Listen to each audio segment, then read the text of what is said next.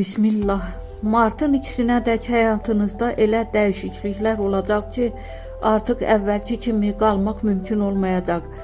Mars bu tarixədən Dolça bürcündə hərəkət edir və bu enerji kəskin dönüşlər, cəsarətli qərarlar və azadlıq istəyi yaradır. Mars Dolçada nə gətirir? Qəfil qərarlar və sürətli dəyişikliklər, köhnə qaydaları dağıtmaq istəyi, risk almaq, fərqli yol seçmək arzusu, texnologiya, sosial media və yeniliklərlə bağlı şanslar, azadlıq, müstəqillik və öz yolum demək enerjisi, xüsusilə təsir alacaq bürclər, Dolça, həyatında dönüş nöqtəsi, böyük qərar, əkizlər plus tərəzi, sürpriz xəbərlər, yeni imkanlar, Qoç və Şir, cəsarəti artır, riskli addımlar uğur gətirə bilər.